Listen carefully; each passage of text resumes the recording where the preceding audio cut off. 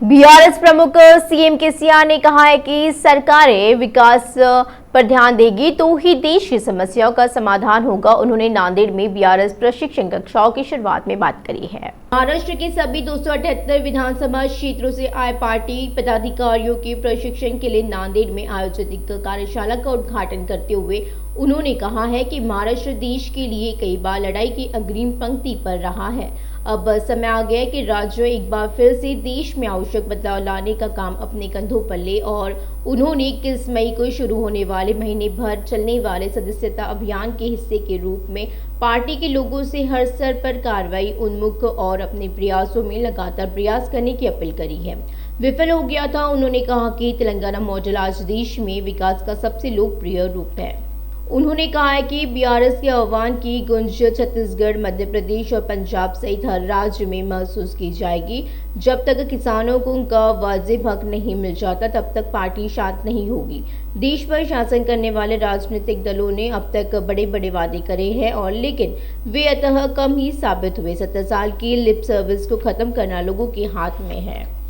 महाराष्ट्र में बीआरएस द्वारा की जा रही गहरी पीठ ने नए नेतृत्व के उभरने का अवसर दिया था। सफल नेता आसमान से नहीं उतरेंगे।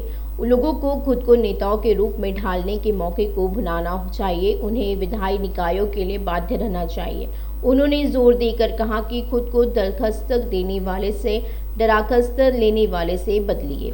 उन्होंने बीआरएस कार्यकर्ताओं से महाराष्ट्र के हर गांव में समितियां बनाने का आग्रह किया और स्वसेवकों से बीआरएस की विचारधारा को फैलाने के लिए सोशल मीडिया प्लेटफॉर्म का पूरा उपयोग करने का आह्वान किया है। उन्होंने कहा कि बीआरएस द्वारा शासित तेलंगाना अब कई क्षेत्रों में पहले स्थान पर है। तेलंगाना में भयंकर सूखा पड़ा था, लेकिन बीआरएस के शासन में राज्य अपनी नीतियों के कारण सर्वाधिक मात्रा में धान का उत्पादन कर रहा है।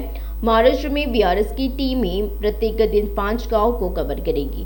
बीआरएस प्रमुख और तेलंगाना राज्य के मुख्यमंत्री के चंद्रशेखर राव चाहते थे कि महाराष्ट्र में पार्टी की टीमें सदस्यता अभियान के तहत पार्टी के झंडे और साहित्य के साथ एक दिन में 5 गांव तक पहुंचे। उन्होंने कहा कि पार्टी नेताओं को गांव तक ले जाने वाले वाहनों में माइक लगा देना चाहिए। हर गांव में 9 कमेटियां गठित होनी चाहिए। मुख्य समितियों के अलावा किसानों, युवाओं, महिलाओं, छात्रों, जनजातियों और अनुसूचित जातियों के लिए अलग अलग पैनल होने चाहिए। गांव-गांव में पार्टी का झंडा फहराना चाहिए। पार्टी के नेताओं को सभी वर्गों के लोगों के साथ मंच साझा करते हुए एक साथ बैठना चाहिए। उन्हें दोपहर के भोजन के रूप में उनके द्वारा दी जाने वाली रोटी और भोजन को साझा करना चाहिए। उन्होंने प्रतिभागियों से कहा कि बीआरएस किसानों, गरीबों की पार्टी होने के नाते इन वर्गों की बात सुनी जानी चाहिए और उनका सम्मान किया जाना चाहिए। बीआरएस प्रमुख को भरोसा था कि बीआरएस महाराष्ट्र द्वारा महीने भर की कवायद के हिस्से के रूप में किए गए प्रयास अपने समर्थन आधार के निर्माण और बदलाव को ट्रिगर करने के लिए बाध्य है। यह परिवर्तन को ट्रिगर करेगा। उन्होंने कहा कि गांव में फहराया गया पार्टी का झंडा लोगों को जिम्मेदारी की याद दिलाएगा। उन्होंने विकास के बारे में लोगों में जागरूकता पैदा करने की आवश्यकता पर बल दिया। उन्होंने बीआरएस कार्यकर्ताओं को यह आश्वासन दिया कि इस मिशन के तहत प्रशिक्षण प्राप्त कर रहे प्रत्येक नेता और सक्रिय पार्टी कार्यकर्ता को टैब और नए गैजेट दिए जाएंगे। आपकी बार किसान सरकार के नारे वाली पार्टी की टोपियां पार्टी कार्यकर्ताओं को दी जाएगी। पार्टी गांव और कस्बों में वितरण के लिए किताबों और पैम्पलेट के साथ 4000 पोस्टर भी देंगी। कार्यकर्ताओं को पार्टी सामग्री को गांव तक ले जाना चाहिए और लोगों को बीआरएस विकास एजेंडे के बारे में शिक्षित करना चाहिए।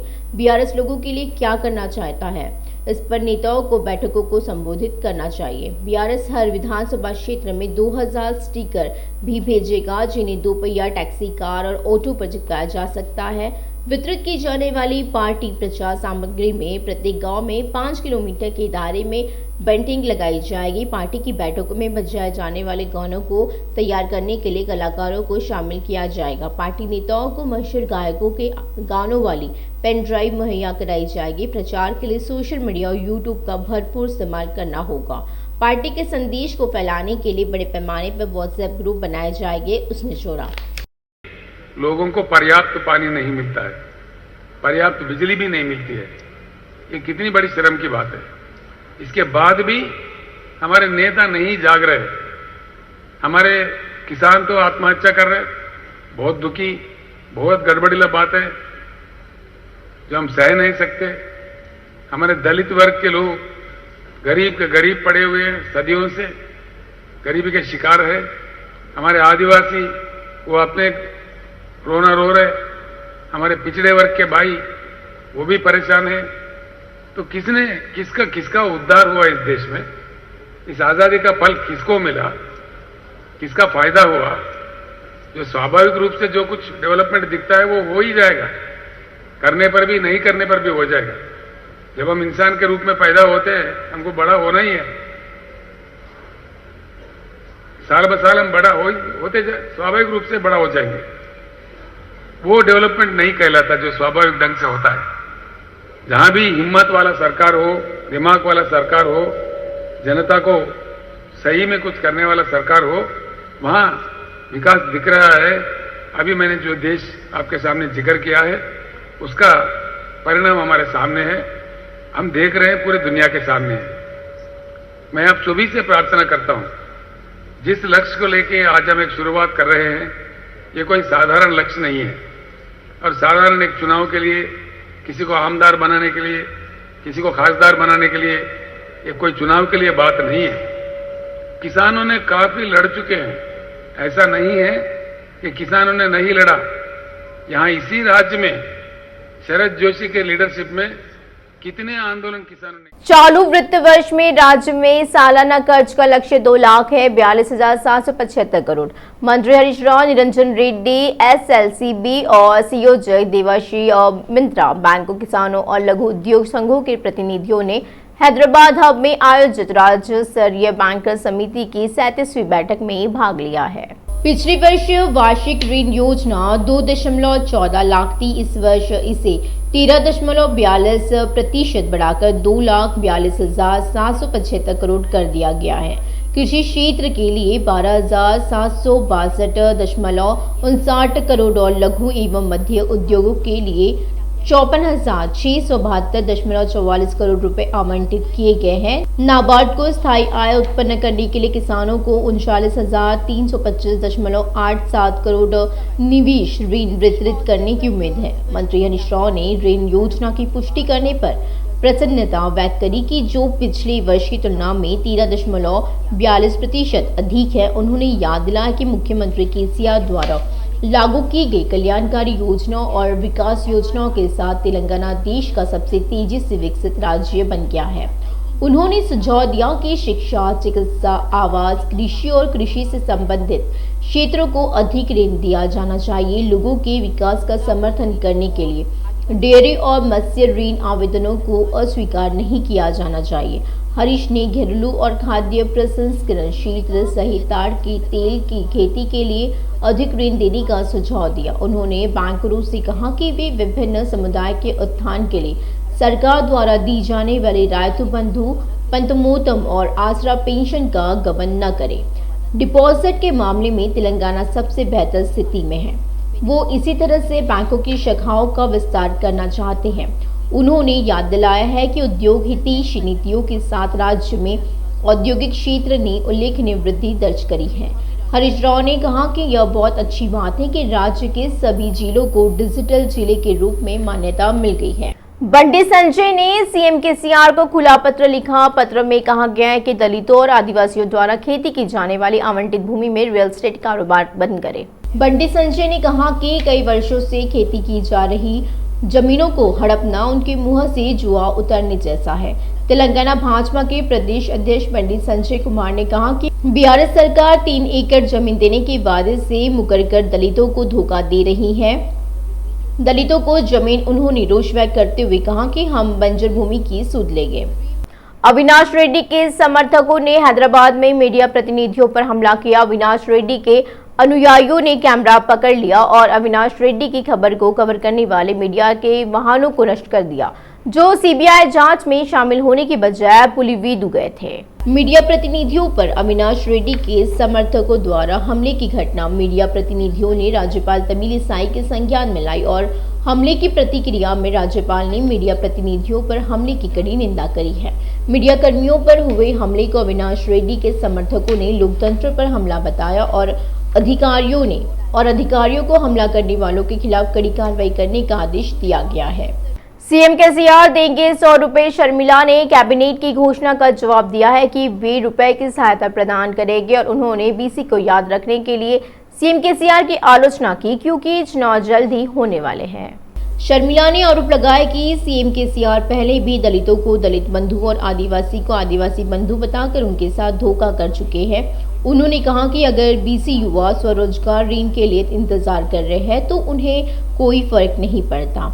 उन्होंने रोष व्यक्त करते हुए कहा कि केसीआर कह रहे हैं कि वह बीसी उप योजना को रोककर चुनाव से पहले बीसी के लिए कुछ भी करेंगे और जिसका वादा 5 साल से भी कम समय पहले किया गया था। उन्होंने कहा कि केसीआर जिन्होंने कई वर्षों तक बीसी को हेय दृष्टि से देखा है, को चुनाव में बीसी के परिवारों द्वारा सलाह दी जाएगी। टीडीपी के प्रदेश अध्यक्ष कासनी और ज्ञानेश्वर ने कहा कि एनटीआर शताब्दी समारोह के तहत कुगटपल्ली खेतलापुर मैदान में आज एक विशेष संस्करण और वेबसाइट लॉन्च की जाएगी। उन्होंने कहा है कि खुली बैठक के लिए सभी तैयारियां पूरी कर ली गई हैं। एनटीआर शताब्दी समारोह के अध्यक्ष टीडी जनार्दन, नंदमूरी रामकृष्ण और पूर्व एमपी मुरली मोहन कसानी के साथ सभा व्यवस्था की समीक्षा की और इसी मौके पर एनटीआर ने तेलुगु जाति की ख्याति पूरी दुनिया में फैला दी है। उन्होंने कहा कि शताब्दी समारोह का भव्य आयोजन किया जा रहा है। कसनी ने कहा कि प्रमुख राजनीतिक नेता और प्रमुख फिल्मी सितारे इस कार्यक्रम में शामिल होंगे। राजकोंडा डीसीपी श्री ने बताया कि सीईआईआर और पोर्टल के जरिए 6 सेल फोन जब्त किए गए हैं। उन्होंने कहा कि केंद्र सरकार ने हाल ही में सीईआईआर पोर्टल पेश किया है जिसके जरिए चोरी हुए सेल फोन की तुरंत पहचान की जा सकती है। डीसीपी ने खुलासा किया है कि लापता 6 मोबाइल फोन पीड़ितों को सौंप दिए गए हैं। राजकोंडा डीसीपी श्री ने बताया कि सीईआईआर और पोर्टल के जरिए 6 सेल फोन जब्त किए गए हैं। उन्होंने कहा कि केंद्र सरकार ने हाल ही में सीईआईआर पोर्टल पेश किया है जिसके जरिए चोरी हुए सेल फोन की तुरंत पहचान की जा सकती है। डीसीपी ने खुलासा किया है कि लापता 6 मोबाइल फोन पीड़ितों को सौंप दिए गए हैं। एसीबी के अधिकारियों ने हैदराबाद के नल्लाकुंटा फीवर अस्पताल में छापा मारा। छापेमारी के दौरान स्वास्थ्य निरीक्षक को अधिकारियों ने पकड़ लिया। वेंकटेश, जो एक बुखार अस्पताल के स्वास्थ्य निरीक्षक के रूप में कार्यरत थे, को एसीबी अधिकारियों ने पकड़ लिया। आउटसोर्सिंग विभाग में सफाई कर्मी के पद पर एक महिला से 15,000 की रिश्वत मांगी गई और इसी के बाद पीड़िता अनिशा ने अधिकारियों से संपर्क किया। नतीजा ये हुआ कि वेंकटेश छापेमारी करने वाले अधिकारियों से 15,000 रुपए की रिश्वत लेते पकड़ा गया। हैदराबाद के लकड़ी का पुल स्थित वासवी अस्पताल का राज्योत्सव भव्य रूप से आयोजित किया गया और इसी कार्यक्रम में मुख्य अतिथि पूर्व मंत्री टीजी वेंकटेश उपस्थित थे। पूर्व मंत्री और राज्यसभा सदस्य टीजी वेंकटेश ने कहा कि वासवी अस्पताल सुपर स्पेशलिटी अस्पताल बन गया है। 25 साल पहले एक सामान्य अस्पताल के रूप में शुरू हुई करीब लोगों को बेहतर चिकित्सा सेवाएं देने के लिए उनकी सराहना करी गई और उसी के बाद प्रशासकों ने कहा कि अस्पताल में सभी प्रकार की चिकित्सा सेवाओं के साथ साथ नई cardiology unit, dialysis unit, critical care और डायग्नोस्टिक सेवाएं हैं। वासवी अस्पताल के राज्योत्सव के अवसर पर 15 डायलिसिस रोगियों को 1 महीने की दवाइयां दी गई। प्रत्येक रोगी का इलाज मुफ्त में किया गया।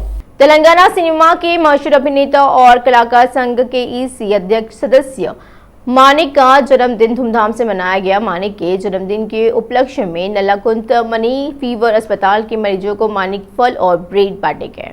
मानिक राव ने कहा है कि वह बचपन से ही अपने चाचा नंदमूरी तारकरा राव की प्रेरणा से अभिनेता नहीं बनेंगे। वही अभिनेता मानिक ने कहा कि एनटीआर की फिल्मों की प्रेरणा से उन्हें अच्छी प्रतिष्ठा मिली है। अभिनेता मानिक ने कहा कि उन्होंने अन्ना के प्रति अपने स्नेह के कारण कुछ सेवा करने की मंशा से अस्पताल में मरीजों को फल और ब्रेड बांटे।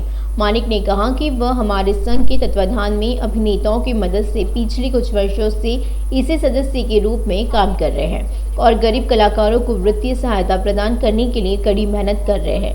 मूर्ति और विक्की का धन्यवाद जिन्होंने इस कार्यक्रम में योगदान दिया। सिकंदराबाद छावनी निर्वाचन क्षेत्र में श्री कट्टा मौसम्मा मंदिर में अमावस्या के अवसर पर विशेष पूजा करी गई और इसी कार्यक्रम में मुख्य अतिथि के रूप में छावनी बीआरएस के वरिष्ठ नेता श्री गणेश शामिल हुए हैं। जाजूलॉ विट्ठल राव के निमंत्रण पर श्री कट्टा मौसम्मा मंदिर के प्रशासक छावनी बोर्ड के पूर्व सदस्य पांडु यादव ने श्री गणेश श्री कट्टा मौसम्मा के लिए विशेष पूजा करी। बाद में उन्होंने अन्नदान कार्यक्रम में भाग लिया और श्रद्धालुओं को भोजन कराया।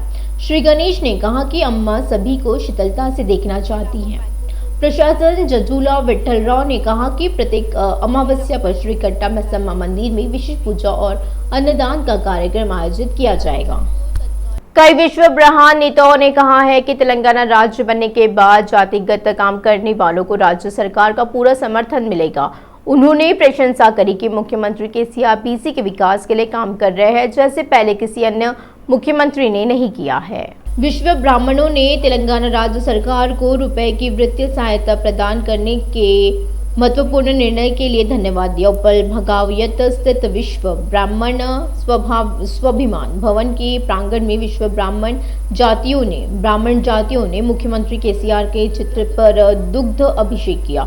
विश्व ब्राह्मणों ने कहा कि मुख्यमंत्री केसीआर विश्व ब्राह्मणों की समस्याओं को जानते हैं और उन्होंने उम्मीद जताई है कि भविष्य में भी उन्हें अपने विकास के लिए और सहयोग मिलेगा। रंगारेड्डी जिले के राजेंद्र नगर थाने में एक कार ने कोहरा मचा दिया। तेज रफ्तार कार ने नियंत्रण खो दिया और ऑप्टिकल शॉप में जा घुसी। इस घटना में 2 दुकानें और एक बाइक आंशिक रूप से क्षतिग्रस्त हो गई। कार के आगे हिस्सा क्षतिग्रस्त हो गया। हादसे के वक्त सड़क पर कोई नहीं था और एक बड़ा हादसा टल गया। स्थानीय लोगों ने राहत की सांस ली। लापरवाही से गाड़ी चलाने पर गुस्सा स्थानीय लोगों ने चालक पर हमला करने का प्रयास किया और चालक गाड़ी छोड़कर भाग गया और इसी हादसे के दृश्य सीसीटीवी कैमरे में रिकॉर्ड हो गए। पुलिस को घटना की जानकारी मिली और मामला दर्ज किया गया और जांच अब की जा रही है। प्रत्यक्षदर्शियों ने बताया कि कार तेज गति से चल रही थी और दुर्घटना का कारण बनी है।